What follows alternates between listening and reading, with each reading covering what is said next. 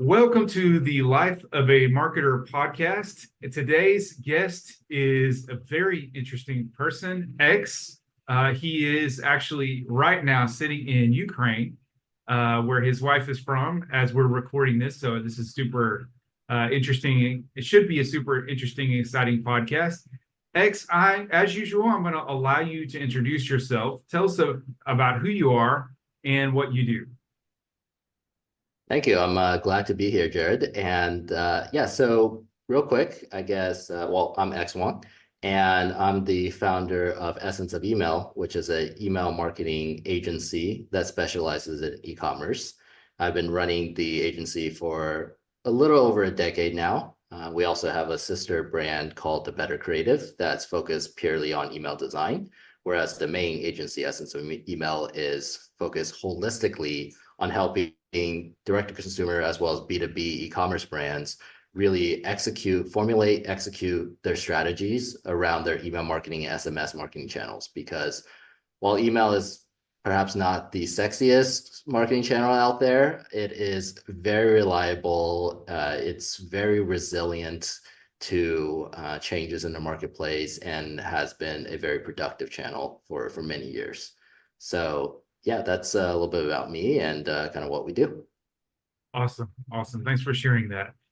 So, what's the best thing for you about being in the marketing industry?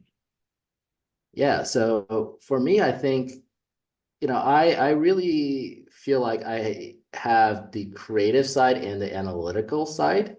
And I feel like for myself personally, I'm kind of like part of both, right?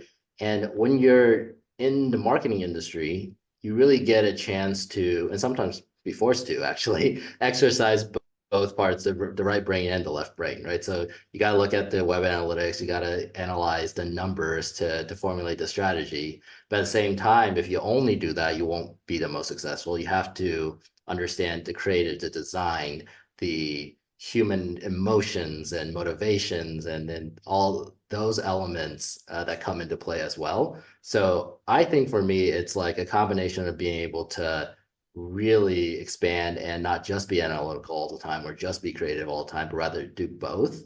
And on top of it, we just got to constantly learn. It's a very, very dynamic industry. And if you don't learn and you don't implement and you don't adapt and evolve, then you get left in the dust. So I think that element might be stressful for other people, but I take it as something that's very exciting.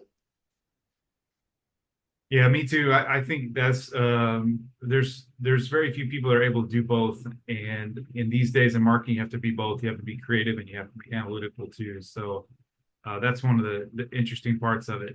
But what sort of advice would you offer right now to those that are in the marketing industry? Well, I think the biggest thing to sort of look at is where that puck is going, right? I don't think any of us has the true answer to that, but it feels like certainly with acceleration of technology, acceleration of pace of life, acceleration of all the say apps or strategies or new platforms, and of course, the elephant in the room, AI, right? That's coming out. That's where you have to know enough, learn enough, but also have somewhat of a prediction or idea or vision of where you think things are headed. Because based on that, you might be wrong, right? But you might be exactly correct. And if you are correct, then you can really adapt and jump on that bandwagon, right? So for example, what's your stance on AI, right? Do you even understand what capabilities are out there and how fast they're developing and how you might utilize that within your daily work. I think that's very important to have at least a theory on, because if you don't, you're going to be left out in the dust. Like if you're a copywriter, if you're a designer right now, that you're owning sort of a small piece of the operationalizing of marketing, right? Um, how is your role going to change in 3 years, in 1 year, in by the end of this year? It could change dramatically. It has shifted, right? And I think inside of that, one thing, at least my theory of that, is that the the average and the mediocre professionals, it's going to be more and more difficult because what we can see is the technology evolution is accelerating to a degree where it's able to subsume a lot of the activities that someone who might be average is doing.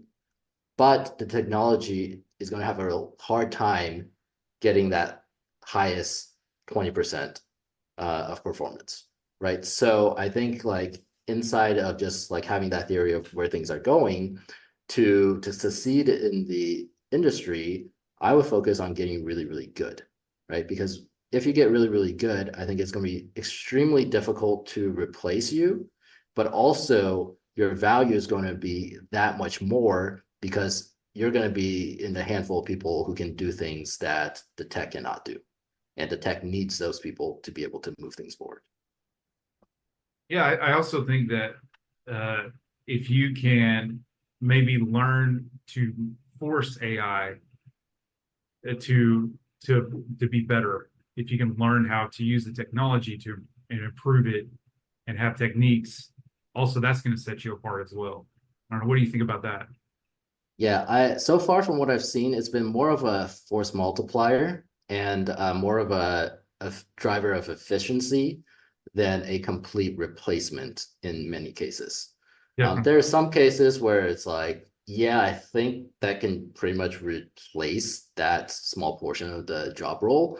But many cases it's like, oh, okay, well, instead of being able to output 7 units of whatever campaigns, etc., now I can do 14 a day because with AI to be able to find the examples or generate the concepts or like QA my output, like it just makes me much more efficient, right? Right. Or it can give me a better and more effective output in terms of, let's say, strategy, right? Where I'm like, okay, I can analyze the data and here's what I think. And then what do you think, AI? And they're like, oh, did you think about X, Y, and Z? I'm like, oh, no. So I might modify my ultimate thesis and be more effective that way. So yes, so I agree with you, Jerry. I think the force multiplier effect is what we'll see in the short term. Although I could be completely wrong, and Sam Altman may be like, okay, well, AGI is really here with GPT-5, and good luck, guys. I don't see it replacing people yet. I don't think it's there. Maybe in several years. Maybe I'm wrong, but it's just not quite. It's because it really is just whatever you put into is what you get out, basically. So it still requires people to be creative. We do a lot of YouTube ads, so I'm writing scripts all the time.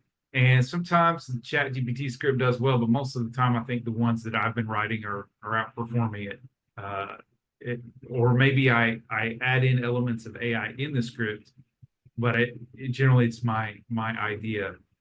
So it's not quite to the point yet where it can be like a real human being. But let me switch tracks a little bit. I do want to ask you, what are some of the keys with ecom?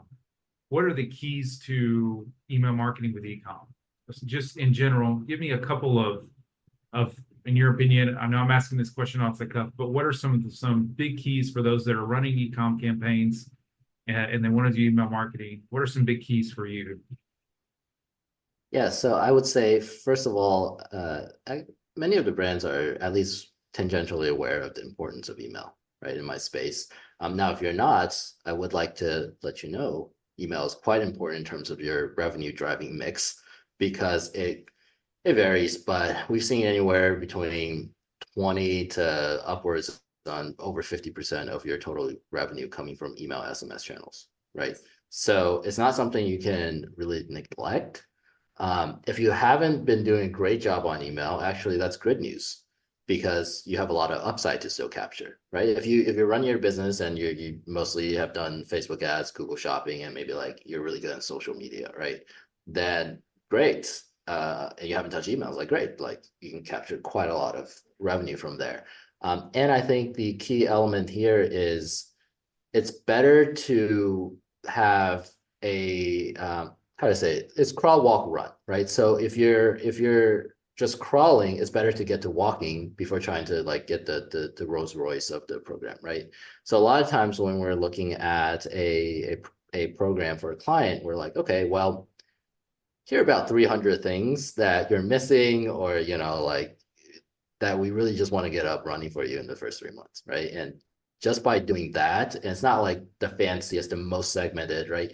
Just by doing that, though, you're going to see a significant bump, right? So then once you get that, then you can go more and more advanced. So I think the approach really is to be more sequential. I will say one of the key areas that we've seen a lot of times get you those big bumps is getting your automated email sequences. Sometimes they're called flows, sometimes they're called automations, but basically the triggered messages based on user events and user properties and user behavior. So for example, someone just signed up to your list or just purchased their first product from you, or are at the point where it makes sense to renew their product, or abandon their cart. They're just maybe like 2 dozen, just off the top of my head, maybe like 2 dozen events, and then depending on your industry, there might be other ones where you really want to mold messages around that. And the beauty with email marketing and SMS as part of that is the technology is good enough where you can set it up so it goes automatically, right? Which Right. is really nice, because then once you build the system, you cannot touch it for a while, and it'll still run and still bring you revenue. And it's like a great investment to start with. Definitely, definitely. I'm actually this year, I'm hoping my daughter's 15 and I'm hoping to start a small business with her. Um, there's this guy that I took a course from, and the main way they make revenue is just with email. So they have like for their target persona, they sell, a small thing like a sticker or a small item that you can stick in an envelope, and to get their email address, that covers the cost of the ads. And Yep. then they just sell products via email that have to do with their target persona. Just a brilliant e-commerce strategy. So something I'm going to be learning more about, diving into in the future, is e-commerce email, because that's how we're going to do it in my daughter's business. So it's exciting. And Yeah, absolutely. interesting deals. So um, Yeah. well, I And I appreciate. guess, Yeah, yeah, no go ahead. worries. And sorry to cut you off there, but I guess one other point I want to make there is really you want to think about, because how I think about things is like there's retention channels and there's acquisition channels, right? So acquisition would be organic search, would be like paid advertising, paid social, and things like that, where you're really trying to get impressions from people who don't really know about you, right? Then you get a purchase, or they get on a site and whatnot. Then you kind of go into retention side. This is where email, SMS, and even direct mail to some degree kind of start playing into the piece, which is like, okay, well, just because once someone buys from you once, or they're really interested in buying from you that first time, right? Like, if they like your product, you should keep marketing to them, right? So their lifetime value becomes extended. So what ends up happening is really, because ultimately for actually for every business under the sun, it's a case of your cost of customer acquisition versus your lifetime value of the customer, and how fast you can grab that lifetime value, right?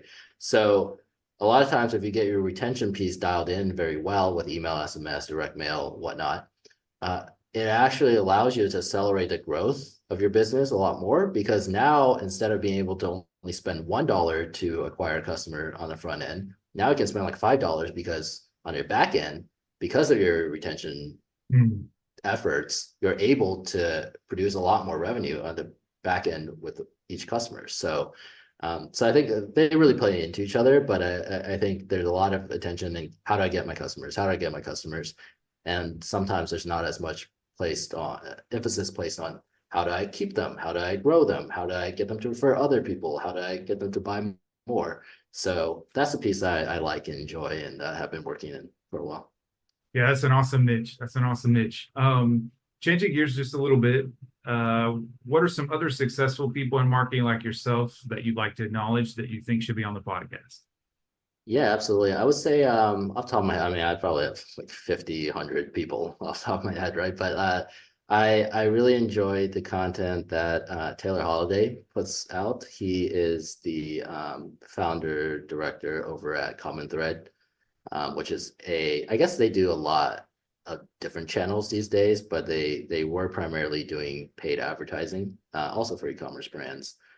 Very, really sharp guy, very analytical, and has good perspectives on the industry. And then I would also say Ibi Said, and he is the co-founder of Cotera, which is a startup that's specializing in analytics. I think they do some e-com, but they like just really in-depth analytics around customer segmentation. He puts out a lot of good content. I know him personally, a really, really sharp guy, and very, very much a top tier marketer in my opinion. So if you can, happy to make some intros, and if you can get them on a podcast, I'm sure they'll have some really interesting things to say. Awesome. Awesome. Thanks for sharing that. And then for one more question, just for fun, tell me the oldest technology you remember using. I guess it's a broad any technology, right? A rotary telephone. All right. I guess that's probably because I guess it was, or I guess maybe what would be fun is the telephone, and then that transition into when you had the first dial-up internet happening, and the fact that there's that sound that still gives me goosebumps when it tries to dial up and when someone makes a call and your internet goes out. So Yeah. I would say for me that's it. I'm a 90s baby, so I guess it doesn't extend too much further from there. But All right.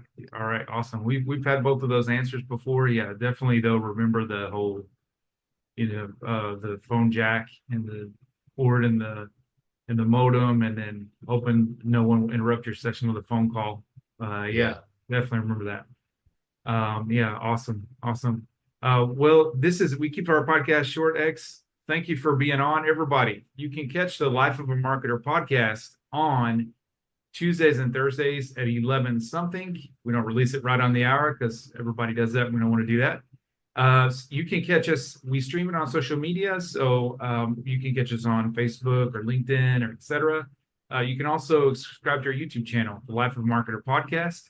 And if not, you can email me, Jared at hiveleadmarketing.com, HIVELEAD marketing.com. And we can add you to the podcast list. We send out an email at the same time as we stream it and we release it on YouTube. Once again, X, thanks for being on. That was a great podcast. It was a pleasure, Jared.